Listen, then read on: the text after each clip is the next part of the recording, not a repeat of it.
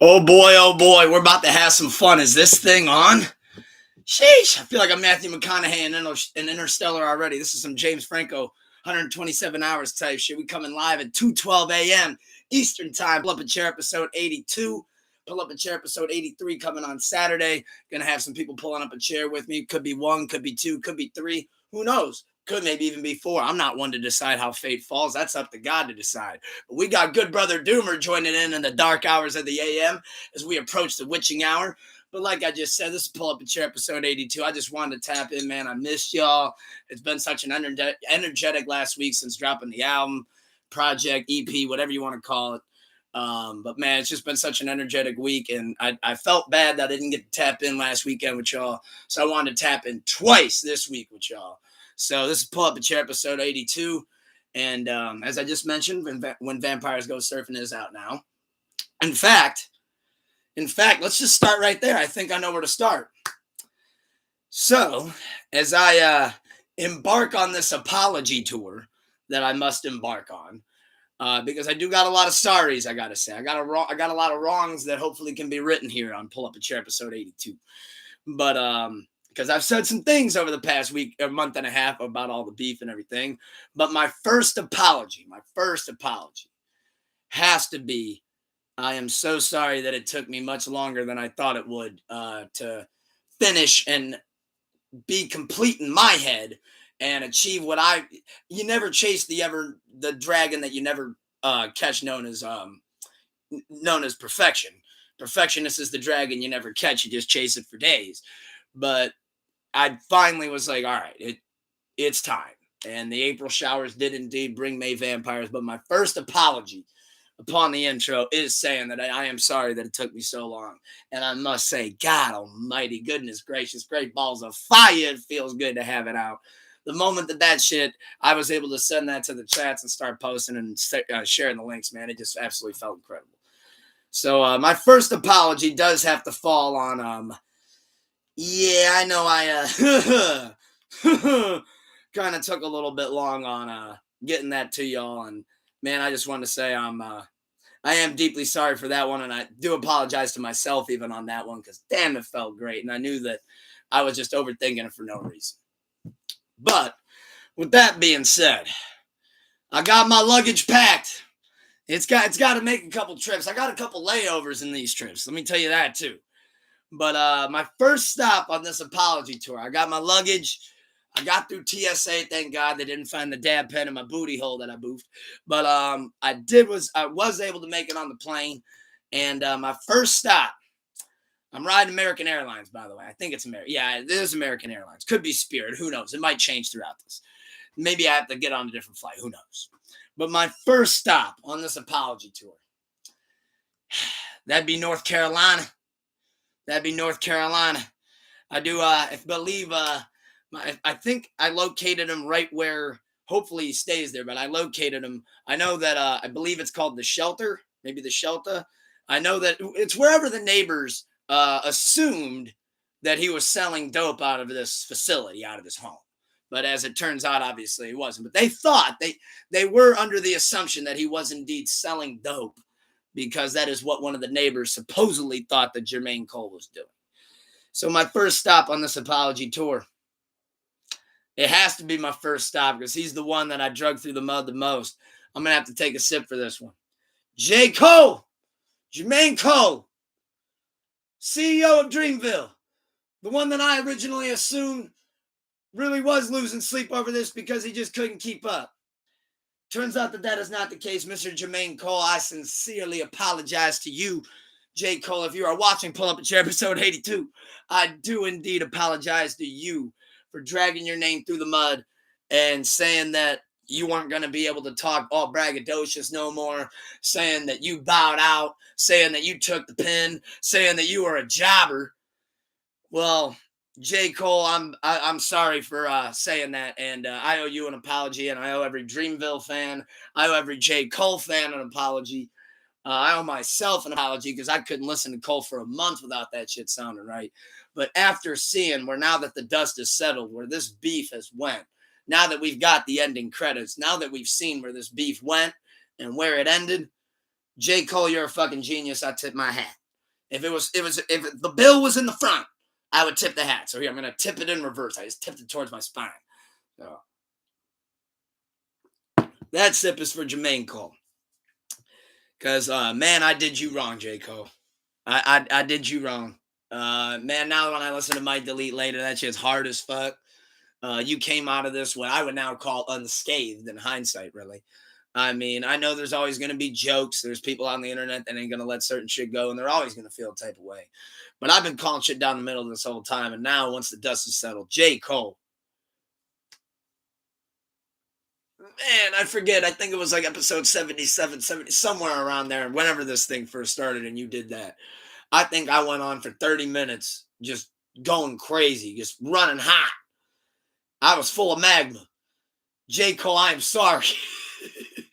I went out of my way to stop in North Carolina and find out. I had to call everybody around and be like, did you call the cops on somebody that you assumed that you thought was selling dope? And it turned out that it was just a bunch of people making some fire ass shit. And they were like, yeah, I do remember that individual. He's my neighbor, actually. That's J. Cole. And I don't know why he talked like Urkel, but I was wondering that myself. But no, my first stop, though, on the Apology tour, J. Cole, I hope you accept it if you're watching Pull Up a Chair episode 82. But no, J. Cole, I do apologize, man. That shit was, you obviously knew, J. Cole obviously knew where everything was going with Drake and Kendrick Lamar. And he's obviously friends with both of them. He probably got at least a skosh of a hint as to what was about to go down. And I know I kind of mentioned that before. But no, I think in hindsight, though, he did the best move of it all. The record that he dropped and deleted, I thought was dope. And that was his way of being like, hey, I could have, kept on the gas, but y'all didn't want the friendly fade. Y'all wanted something entirely else. And, well, he obviously clearly didn't want to take it that way. And you know what? If I was in his shoes and I heard that, I probably would have done the same thing. And that's come from the artist and me myself. But now it is time. I got to get back in the Uber. I got to get back in the Lyft.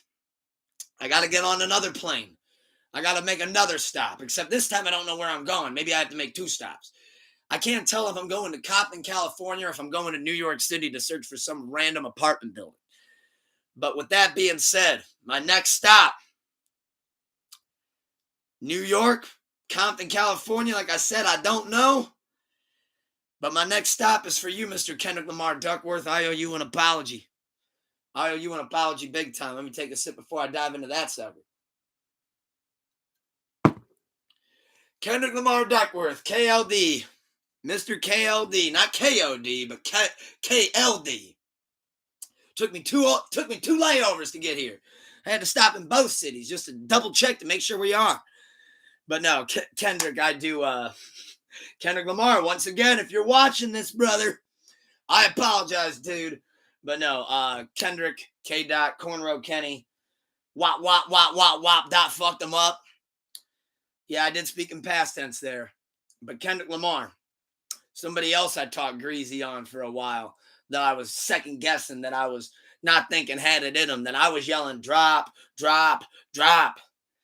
Well, you dropped, and it felt like you also somehow dropped. I don't even know if there was a 5th drop, but it felt like it. And, oh my God. The whole time I was saying, I don't know if what's true, what's not. It turns out that Kendrick actually had this reverse trap card tactic that he pulled out on Drake, which I didn't see that coming at all. And I think that absolutely blindsided him. I mean, if you see how it tracked down, I mean, the way he countered him with Meet the Grams, followed that up with Not Like Us, and Not Like Us got the rocket ship strapped to it, and that thing's going nutty on the Billboard, which as it should. I mean, it's a crazy hit. It's a monster. It's Weezy out here. But no, it's an absolute smash. It's Hulk smash. Hulk hands. But I'm letting my ADHD run wild tonight, guys. This is spontaneous. We're drinking. Let's pull up a episode 82. Let's have some fun. I know Doomer's having fun. Come on now. But no, the way he executed it the whole time, And like I know going in, because obviously we were calling it in live time. That was the thing that I appreciated the most about having pull up a chair while the beef was going on, is that every week we were able to call this thing, like it felt like we were calling it almost round by round, or round by round by round by, like it just felt like we were calling it all in real time and just doing what everybody was doing and just seeing how this is unfolding. And I come at it from so many different perspectives. I come at it from the fan perspective. I come at it from the artist perspective. I come at it from the, all right, let me take both of those elements out. Just forget that I'm even a lover and just love this hip hop shit to death. If I wasn't, how would I look at it? Like, just coming at it from a bunch of different perspectives. But once again, Kendrick Lamar, good God Almighty, Kendrick Duckworth, I owe you an apology. I don't know what to do about your shoe size. That's just gonna have to stay the same. But but no, I absolutely apologize on ever bashing Kendrick's name through the mud, ever bashing or looking like I could tell it came off a couple times with a couple different people. Like, you're going in a little bit too hard, to the point where it's like, are you a Drake stan and just a Kendrick fan, or what is it? Let me tell you right now, I'm a Kendrick stan and I'm a Drake stan. But Kendrick Lamar, Kendrick Duckworth, you won that motherfucker. Yeah, no contest. I mean, in hindsight, no contest. I mean, I still love Family Matters, but knowing that what Kendrick fed him was, I mean, it seemed like they both had a little, like, I know obviously the 11-year-old daughter was debunked, but at the same time, I mean, the way Kendrick played on that shit with Drake, and like Drake paid for so Drake pays for the info, not realizing that the mole's that close with Kendrick. So the mole then bites it, sells it, takes the money. So he sells it. He's like, yeah, you right. I'll take the money. I'll sell it. Yeah. He's like, I'm selling WWE, WWE terms, wrestling terms there, wrestling terms. He sold it, ended up taking the money and goes, yo, Dot, get a load of this dude. Like, what? And then, oh, what do you want me to tell him? Oh, I can tell him some shit. Oh, you want me to tell him that Dave Freeze, the real biological father of one of your children? Yeah, I can do that. All right, cool. He takes it, runs with it. And it's like, yeah, I know that verse on Meet the Grams, but even if you take out that verse on Meet the Grams, I've heard this take before too. Shout out Rory and Maul, as always. But I know that there was, I forget who mentioned it, but somebody on there mentioned that even if you take out that verse on Meet the Grams, it's still Meet the Grams. It's still a deadly, deadly blow, a deadly kill shot. And what I loved about Kendrick's disses is where Drake's are more like, boom, Kendrick's were like, all right, you're gonna marinate with it. Like Kendrick and Drake were cooking two different meals. Kendrick smoked his shit. He had to smoke that shit first and let it sizzle. Where Drake microwaved it. And don't get me wrong, Family Matters. Bow, boom, hit. But then when you get Kendrick going, hey, you're playing Call of Duty, I'm playing Tom Clancy's Ghost Recon or Rainbow Six Vegas. Like, we're playing two different games, dude. That's to hold on there. But that's going to be a whole different show, dude. So let me go too long down that road, brother. But no, they were playing two different things, two different strategies. And Kendrick's one was playing Halo, the other one was playing Halo Wars. And the one that was playing Halo Wars just happened to be the tactical one on realistic difficulty, or whatever, legendary difficulty, or veteran difficulty in the Call of Duty terms. But no, the way Kendrick did that, I mean, it's absolutely amazing. And like, you know me, I'm a movie connoisseur. I'm a movie buff, seat geek, as they say. Whatever I can put in quotes else that I could say. But as far as it goes with movie references towards it, I kind of look at it like you got to look at the ending of the reboot of Halloween, when they brought it back as like a late sequel, when Michael Myers is an old man. He's got to bust out of the asylum again. I look at it as when Jamie Lee Curtis, the daughter and the granddaughter, trapped them in the basement. And the mom's like, it's not a cage, it's a trap. And they look down and Michael's just staring there and he's like, fucking bitch. And that's kind of how I felt like Drake was left. He was Michael Myers in the basement when Kendrick's up there going, it's a trap. He's like, oh, fuck. I got to come back from this. Sexy Red. Get me on the next album. I want on that BBL Drizzy. Good Brother Doomer. Shout out Good Brother Doomer. Always loved the Good Brother Doomer. It reminded me of Ether versus Takeover. Jay's insults were calculated and Nas was straight name calling. I mean, dude, at the end of the day, this shit all looks like some pushing and shoving shit. Like, that's what I love about a good hip hop beef, is it looks like some cafeteria pushing and shoving type shit. Fucking, yeah, you want to talk shit? You want to talk shit over at that table? Oh, really? Oh, okay. Then you get up, you put your chocolate milk down, he puts his juice down. What up then? All right, yeah, fuck you. Oh, really? No, fuck you. Yeah, well, fuck you too. Next thing you know, they're shoving. He's calling this one a bitch. He's saying this one fucked his mom. You don't know. And then it just ends up being a big old mess. And it looks stupid. And some security guard that looks like me, that weighs my amount, fucking breaks up the fight. Like, you know, it's like, all right. And then it's like disperse. Dust settles. In comes the tumbleweed. But that's why I feel like that's where we're at now with the Kendrick Lamar and Drake. But no, it's Kendrick Lamar. You were my next stop on the apology tour that we have now embarked on. But that leads me to where we go next. We got one more stop we got to make on this apology tour. In fact, we got a couple more stops we got to make on this apology tour. Fuck, I forgot how many flights I had. But for our next stop, this is Toronto, Canada. Now I'm landing in Canada. I got to find, I believe it's Park City Drive, Park City Lane, whatever Kendrick Lamar threw on that Not Like Us cover art that everybody's been tracking and jumping in. He literally took a screenshot of Google Maps and kids were like, wait a minute, we can do that? And it's like, yeah, amazing what you can do outside of the TikTok app. Amazing. Had to take a sip as I get off the plane. My luggage was a little bit late too. I had to fucking catch a quick little smoked little brisket real quick. A little smoked brisket sandwich, which I don't know why they'd have that at the airport. That'd be lovely. But Toronto might have that. I don't know. Norm Kelly's probably got something like that set up. But that's neither here nor there. My next stop that I had to make, if you're wondering why I stopped in Toronto, Canada, in the 6, where the 69 God, as they say, is located. I wouldn't call him that, of course. But I got to make a stop at the OVO Embassy, and I got to make a stop for a reason. Mr. Aubrey Drake Graham. I'm not jump the gate. I'll try to buzz in to make my apology. I'm not going to be one of the ones that jumps the gate. I don't care if neither here nor there about taking Pharrell's legacy out of your house. I don't want to do that at all. Maybe we could share a glass of champagne. I don't know. That would be up to you. But either way, I'm not going to jump the gate.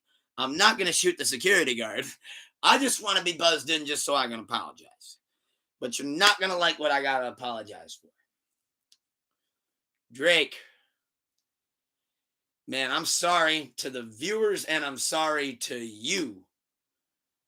And I'm sorry to everybody that also kind of jumped on my takes as far as riding on the Drake train, so to speak, being an OV-ho, as they say. I got to apologize for winning you, for, I guess, getting you to support, maybe even a little bit more than you normally would, because I think, I know Drake let Nas down, but I think the 69 God may have let us down. I think Drake may have let us down. Mr. El Drake, yes, I am talking about, indeed, the champagne pop. I do believe he may have let us down. The ones that had owls branded on our shoulders that have now faded away. I'm going to have to call something down the middle here. Drake, I love you. If you're watching this, Drake, if you're watching Pull Up a Chair episode 82, Drake, I love you. But I am sorry because, man, I'm apologizing because I feel like us Drake stans have put so much confidence in you that you truly feel like you can just body and destroy all these people by just riding the same method every time. You lost. Like I mentioned before when I congratulated Drake or Kendrick on winning. Drake, you lost. Straight down the middle, Drake lost. There's no other way to call that right now. I mean, the dust is settled. I don't think we even want to hear another record at this point. I think we just want it to be over. And I hope that the subliminals doubt for Drake. You are now officially 1-3 in beefs. You backed out of the Luda. You lost to Pusha T. and now you lost to Kendrick Lamar, which now this is the clearest L. One by one, you keep taking more clean L's. You're taking pins. You're jobbing out, dude. Come on, that's not the Drake I know, brother. Not the one who jobs out, dude. But no, that once again, that's a whole different show coming soon, dude. But no, Drake, I'm sorry that we made you feel like you can just troll and do all these things and win rap beefs when the reality of it is Meek Mill wasn't a formidable opponent at all. Meek Mill could be bodied by fucking Rio to Young OG right now. I don't know. I could literally sit here and say names of dudes he could get bodied by. I might, you know what? I might diss Meek Mill. I might diss Meek Mill. Fuck it. What's going to happen? He ain't got shit on me. What do I got on him? Oh, I don't know. He fucked Diddy? I feel like I can probably win that one. David versus, I don't even know if I can call him Goliath. That's like fighting, that's like David versus Goliath, but like Goliath tore his ACL. And you're fighting him like 10 minutes after he tore his meniscus on the other leg. Like, that's like, I feel like, you know what? I'm going to diss Meek Mill. That might be coming. I don't want to say for sure, but I might be dissing Meek Mill. God takes it after that. I might diss Meek Mill just for shits and gigs. You know, just for gigs and shit. What if the phrase sounds so weird the other way around. Gigs and shit? Yeah, I did it all for gigs and shit. You did it all for gigabytes and horse manure. No, I don't know why it turned into horse shit, but that's just a tangent. I could talk about the difference between horse shit and dog shit and cat shit all day, but don't let me get way too off course there. But before we have to leave Toronto, Canada, though, Drake, once again, man, you gotta just let that go and just move the fuck on. That's a PHUCK YouTube. I'm tired of you flagging me for saying too many F-bombs. I don't appreciate that. How about that? Yeah, I don't appreciate that. But no, to actually end my apology tour. In fact, actually, I might have one more stop. I might have one more stop after this stop. I don't know. I got so many plane tickets at this point, I lost track of them. But I think I got one more stop. But to begin the end of the apology tour, I got to make a few quick stops here. I got to make a few quick pit stops. Bear with me, but I got to make a few quick pit stops. And one of them is actually in Detroit, good brother Doomer. Another one's in Florida, good brother Scooter. And I also got to make a couple stops around the city for my fellow Cole fans and Dreamville fans, such as Mango Matt, and, of course, the good brother Snooker, who I do believe will be joining us on Saturday. I'm going to apologize to all you guys at once. I am sorry for multiple reasons. One reason that I'm sorry for is how many times and how many minutes and hours that I spent talking about this, even though I had so much fun, truly. I'm glad that this is finally able to put the bow on it, and we'll be moving on afterwards. But this is me kind of riding out into the ending credits, which I do believe of the beef was BBL Drizzy. That just kind of felt like ending credits to me. Like, that's when the credits were rolling, and it was like, okay, Boomin's playing this in Louisville. The dust is settled. But Doomer, Scooter, Mango, Dooley, Snooka, Phil Bill, Mike Millions, everybody, I am sorry that we had to talk about it so long. And the other thing that I also am sorry for is how much that you guys had to combat me and how much that you guys had to put up with me letting the Drake stand-em show and just shine on all fucking cylinders when really the whole time I was dead wrong and I didn't even know it because it didn't take me until the dust settled to realize that. So I apologize to all you guys, and I hope you guys can forgive me. Please, please forgive me. Please forgive the Ultimate Sensei, for I did not know no better. I was just calling this thing in real time. I didn't mean for no problems, please. But no, I do apologize for just saying some wild, outlandish manure that just came out spewing that really I probably should have just dialed back a little bit until I really let it sit in, because I was barely sitting with these records and I was just running hot, just running off the passion of it and just running off the love of it. But no, I am sorry to y'all, and I hope you can forgive me, please. But to officially end the apology tour, though, oh man, I almost ran out of luggage. How many outfits do I got? Good God Almighty. Jesus, I'm tired of going through TSA. This dab pen in my butthole, man. The longer it stays in there, the harder it is to get through. Pause. But I can't wait for the AOs on that. But no, the last stop on the apology tour, because I'm sorry. I am sorry. Forgive me. But I got to talk about the top 100 Apple Music albums list. I mean, I got to talk about it just a little bit. Just a little bit. Even just a hint. Just a little cunt hair is all I have to talk about when it comes to the Apple Music Top 100 list. I love Miseducation of Lauryn Hill. Love Miseducation of Lauryn Hill. Of course, it's a classic on all levels. No matter how many stars you have in your rating scale, you give it the maximum amount. But number one, though? Number one, though? I don't know. I don't know about number one. Number one, that sounds like a pretty hefty number to put Miseducation on top 100 albums all time on. Especially when you got Thriller sitting at number two. You literally have Thriller, boom, ba boom, right there, sitting number two. But apparently it wasn't number one. Good Brother Doomer. I wish they had just listed them in alphabetical order instead of rank. Yeah, because the moment you rank them, the more it's going to cause up controversy. The moment it's going to spur up, it's going to get a whole debate going, spur of the moment, and you're going to have people diving at it, looking at it from all angles. You got people that want to make fun of it. You got people that agree with it. You got people that break it down. It turns into a whole mess. Like, I knew that list was bullshit when they put Take Care at 69. Because it's like, okay, now you're just going for beams. Now you're just going for publicity. But like, I saw that 1989, like, I'm not even looking at the list. I'm just kind of shooting off the top of my head here. But like, if I'm not mistaken, 1989 was 3 by Taylor Swift. I think Nirvana, Nevermind was number 4. I forget what number 5 was, but it's like, I don't know. Like, I'm glad they had To Pimp a Butterfly high up there. I agree with that.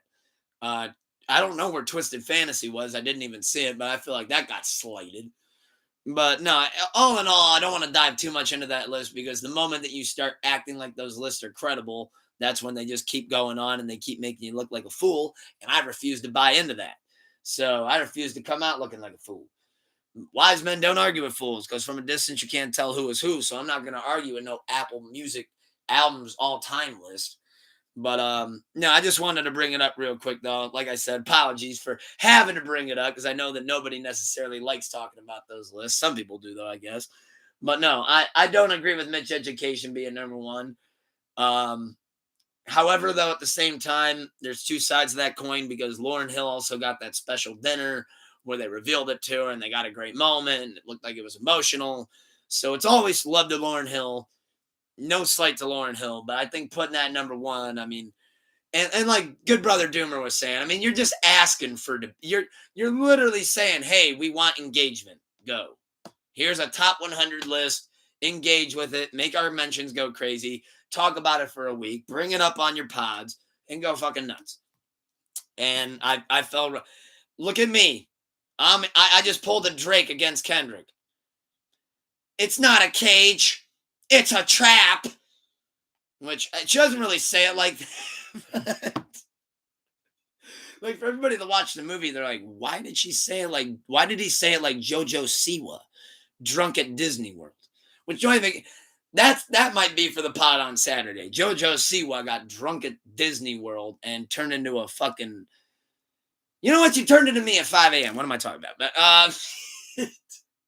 no, JoJo Siwa, man, she was wilding out. But I'm not going to talk about JoJo Siwa because that would be another stop on the apology tour right now. But I did want to talk about before all the new music that, just literally released. We're doing this in real time. 2 hours and 41 minutes ago, my time is when new music dropped. But I want to talk about some of the music that came out last week. So to dive into that, I'm going to start with my highly recommendation.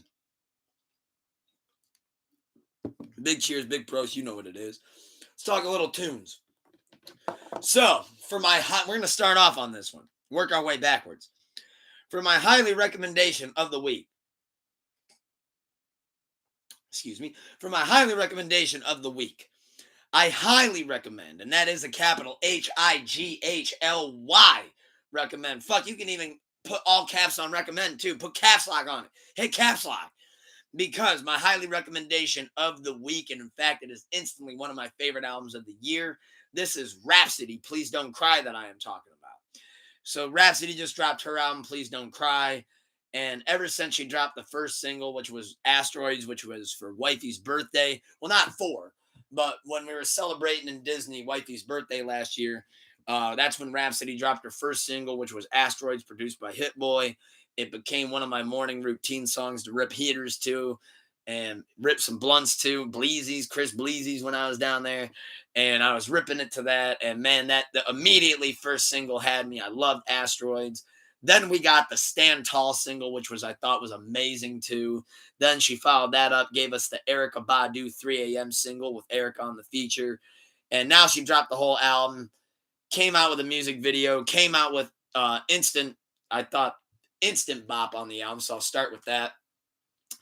If you guys haven't heard Back in My Bag yet off of Please Don't Cry, well, I'm going to try not to cry because of how you're doing your ears a disservice. You should definitely go check out Please Don't Cry. I mean, that and Back in My Bag. She dropped a great music video for it. Rhapsody, one of the best female MCs of all time, if not the, in my book. I'll always say that. I think she's incredible. Her artistry is amazing. Her storytelling on this album, she's bearing her soul. She's giving you the depths of her heart. She's telling you a bunch of things from her childhood, from her just adolescence in general, from her young, like 20, just sharing stories. And man, the way it's so cohesive and the way it flows, this cheers is for you, Rhapsody. Way to kill it. And everybody tuned in watching. Yeah, I highly recommend that, though. My three favorites off of that is honestly hard to pick. But I'll go Back in My Bag. I'll go Marlena. I'll go Faith. Yeah. Yeah, easy, actually, for that one. I'll go Faith, Back in My Bag, Marlena. And then, of course, I have a soft spot for Asteroids, and Forget Me Not is absolutely incredible as well. But once again, Rhapsody. Hey, come on, we're sipping here today. I want to get lit with y'all as I finish this off. But no, Rhapsody absolutely smoked that shit. Absolutely incredible. Please go check out that album. Good God, I highly recommend it. Another album that came out that I think is always worth a listen. Billie Eilish. Great Billie Eilish did drop a great album. I've saved a couple of them. I saved Lunch, Chihiro, and Leomora di... Oh, boy. Oh, boy. Hold on there, dude. Leomora di Mavi, I think is how you pronounce it. I don't know if I just spoke French on accident, but that is the name of the record, and I thought that was great. A Boogie with the Hoodie, living his gimmick. I saw that he was walking around everywhere, sweating his ass off in 85-degree weather with a hoodie on, so shout out to him. But he dropped a new album. I did save Steppas and Dark King on that.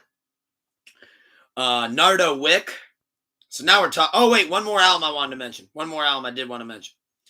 Heem from the Black Soprano family, BSF, did drop a new album as well called Bars and Noble, which I added some joints off that. I got Lenova's Freestyle. I got Billy Goat featuring Benny the Butcher. I got 1000 Watts. I got The Oath featuring Boldy James. Lenova's Freestyle featuring Conway, by the way.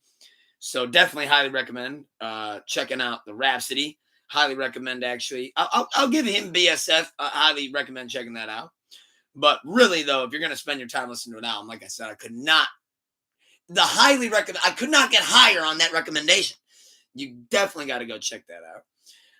I know Childish Gambino, he dropped Acta Vista, which was really just the old dated album that came out years ago that just was kind of remastered and kind of refurbished. Refurbished, I feel like was a better word because he's an artiste. But no, I loved a lot of that. Sweet Thing with Summer. You got Little Bigfoot, Young Nudie. But I also love Final Church and Human Sacrifice as well. Psilocybe with 21 Savage is great too. But no, always love Gambino. Always love Mr. Donald Glover, Mr. Lando. But no, I highly recommend though checking out that Rhapsody, man. And of course I highly recommend checking out When Vampires Go Surfing. But which also just wanted to stop pivot real quick.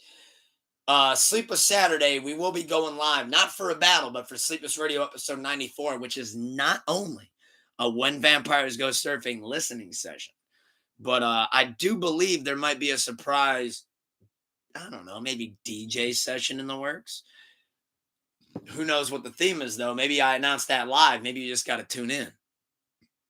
Good Brother Doomer said, I need to listen to that Heem album. I added a couple joints, but I haven't heard the whole thing yet.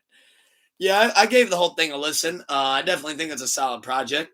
Like I said, I do highly recommend it, but I think those four, I mean, whenever you lean on those Griselda features, I mean, man, that shit just, wee. I mean, good God almighty. It's just absolutely incredible the way that they're really like riding for him. And I don't think they're charging him a cent. They just want to see him strive and thrive. And I think that's totally cool. But that Rhapsody album, though, I've listened to that sucker like maybe 11 times in full at this point. Shout out my day job. One of the only times you hear me say that. But now, before we close out and pull up and share episode 82, which has been a fun, spontaneous episode, I'm going to get lit with y'all as I share these predictions. Rip myself an old Cleveland heater as well. Not steamer, heater. Once again, not steamer, but heater. It's getting a little hot down here in the Thunderdome, but in the Inspiration Station. But before we close out, though, did want to go over some King of the Ring / Queen of the Ring predictions for the pay-per-view and possible returns as well, because it is Saturday, and I know that I forget actually where it's going live from. I think it's Saudi. I think it's Saudi Arabia. So I think they're going live at like 12 or like noon or 1. So I didn't want to miss my predictions. I really wanted to share my predictions on this. So let me pull up the card. If you don't mind me. If you don't mind giving your captain speaking uno minuto dos segundos while I pull up this King of the Ring card.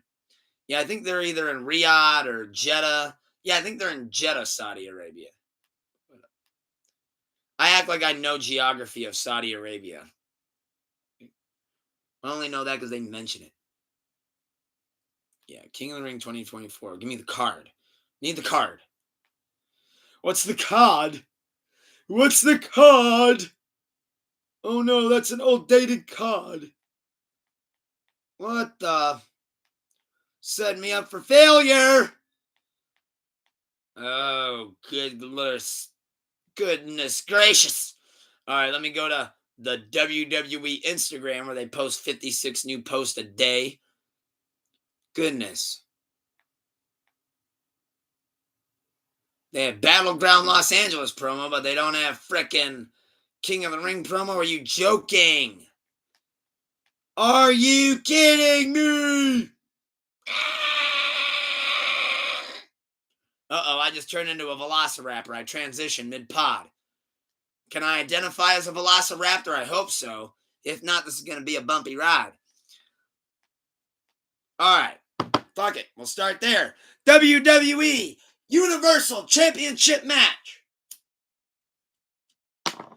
We got Cody Rhodes, the American Nightmare, Mama Rhodes. No, Mama Rhodes ain't involved in this feud, but we got Cody Rhodes and we got Logan Paul for the WWE Universal Championship, which thank God Triple H ended up saying it wasn't title versus title because that was stupid. So thank God he listened to the internet and fixed it. However, that prediction, it's clear as day, so I should probably at least give you what I think the finish is going to be. You're going to get one of Logan's Twitch buddies or one of his pod buddies or one of his streaming buddies to join him, and sometime during the finish, he's going to try to screw over Cody, whether it be iShowSpeed or KSI, whoever, and Logan's going to get the brass knucks out, going to try to hit Cody. Cody's going to take it, sell it, but he's not going to get pinned. He's going to get back up, pin Logan clean. So in conclusion, Cody pins Logan clean pin. Logan doesn't lose the belt. Logan looks good. He looks strong against Cody.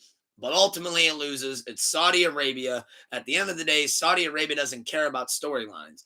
They want promo. They want marquee matches. What's a marquee match? Logan Paul and Cody Rhodes. There you go. 3-week long build. It'll work. It'll sell. And I think the fans and the crowd will go crazy over it. So in conclusion on that, I got Cody Rhodes taking the clean win over Logan Paul. And now I'm probably going to have to do some of this off the top of my head. Wait, here, what do we got here? Okay, so a triple threat, as Becky Lynch would say, for the Intercontinental Championship. We got Sami Zayn versus Chad Gable versus Bronson Reed. Now that's a little skosh tricky because it obviously I think it'll be a great match. I mean, it has potential to be one of those sleeper show stealers. But all in all, I mean, I think not only would that be a great match, but with the way that they're building Gable right now, I wouldn't necessarily be upset if they put it on him. But at the end of the day, though, I think Sami Zayn's going to retain. He's going to pin Bronson Reed, though. I don't think he's going to pin Gable. I think he's going to pin Bronson Reed because they're pinning Gable. So my money's on Sami pins Bronson Reed. Gable looks strong, and you keep building on the Sami Gable feud and maybe see if you can build that sucker to SummerSlam. And then maybe that's when Gable takes the belt off Sami. But no, in conclusion on that one, though, I got Sami Zayn. For the next match on the card, we got for the Raw Women's Championship, we got Liv Morgan versus Becky Lynch. Now, this one is actually the toughest on the card. This one's actually the toughest on the card. Wow. Because they just put the belt on Becky, but they only put the belt on Becky because Rhea got hurt. So, Becky originally wanted time off, which she now didn't get. You got a contract that's also expiring, which I'm not quite sure what's going on with that, even though I think Becky's a WWE lifer, and maybe they're just teasing us. But you know what? Let's pull up a chair. I got to throw out a hot take. I think Liv Morgan wins this match. I think she wins it. I think it's a great match, and I think she wins it clean. Maybe does she have to cheat a little bit to win? Maybe. Maybe it's not a clean win. But I think either way she wins. Because with the way that they're building the feud because of how she hurt Rhea, the mark in me, the WWE stan in me, says that they want to build that until Rhea can return, which it's not like they're waiting a year. It's not like Eddie Kingston's injury or something. Like, they're not waiting a long time. It's not Big E. Like, they only got to wait till like September. And I'm pretty sure Rhea will be good. So in conclusion on that one, I do got Liv Morgan being the new Raw Women's Champion or Women's Champion or WWE Champion, Women's Champion, whatever they call it now. But then that leads us to the Queen and the King of the Ring. So for the Queen of the Ring matchup for the finale, we got Bianca Belair and Nia Jax. Now, that's also interesting. That's a hard one to predict. Because one angle, you got Bianca, who's also one half of the Women's Tag Team Champions with Jade Cargill. And then you got Nia Jax, who's the irresistible force. She's a monster for a reason in the ring, and I think Nia's amazing, and I don't think they actually give her the credit that she deserves.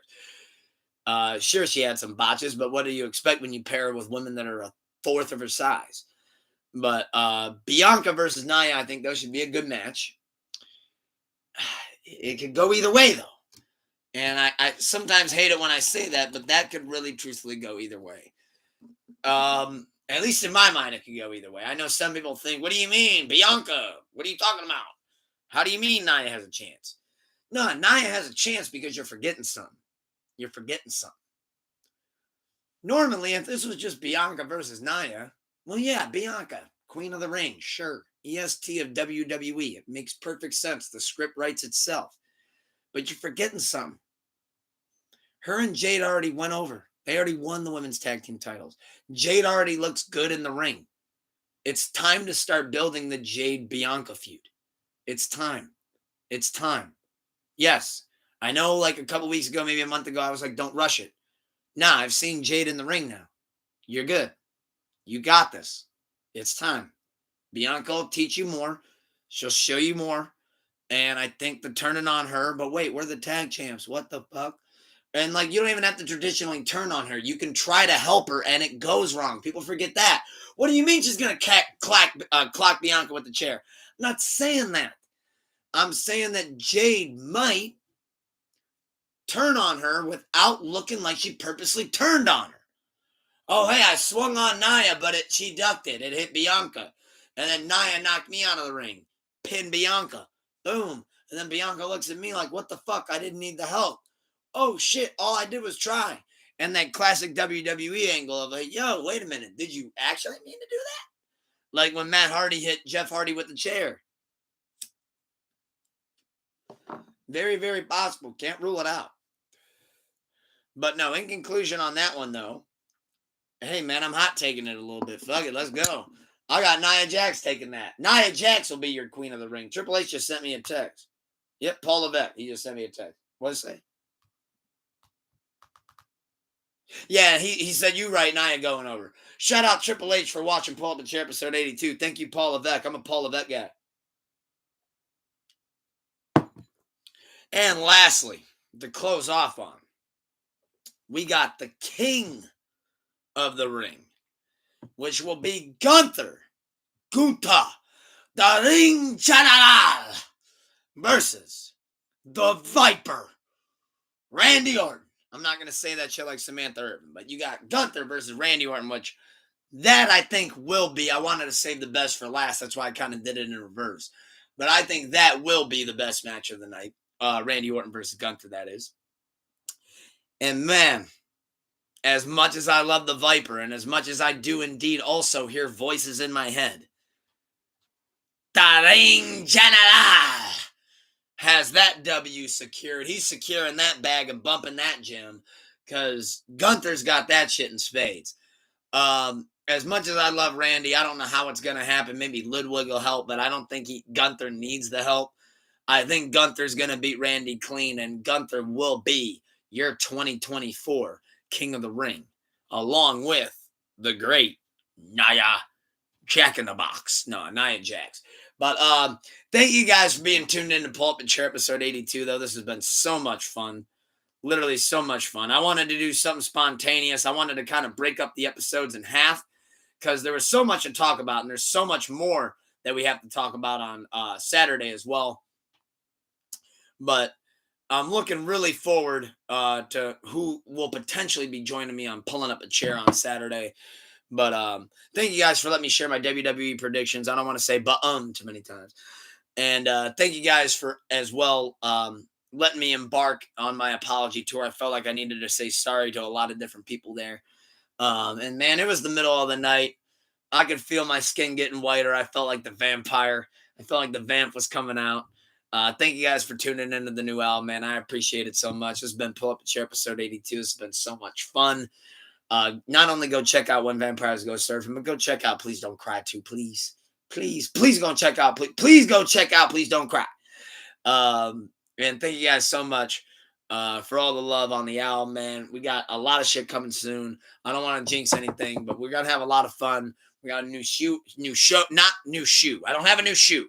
Eventually down the line, I might have a new shoe. There might be an Air Toque, but we do got a new show coming out soon. And I think you guys will like it a lot. And on that note, man, had to break the episodes up in two. We got a lot to talk about on Saturday. To give you guys a little sneak preview, I'm going to be talking about some movies. I'm back at the theater. I'm going to be talking about the new Strangers, talking about Is Tamara Home, talking about Late Night with the Devil.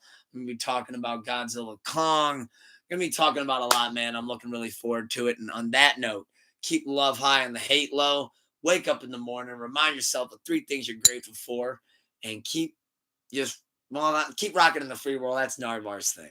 But just keep reminding yourself that you love yourself because, man, mental health matters. And if you don't know that, well, you should know that. And on that note, I'll see you guys Sleepless Saturday for some more Pull Up a Chair fun and a little bit more Sleepless Radio fun. See what you guys got in store for me.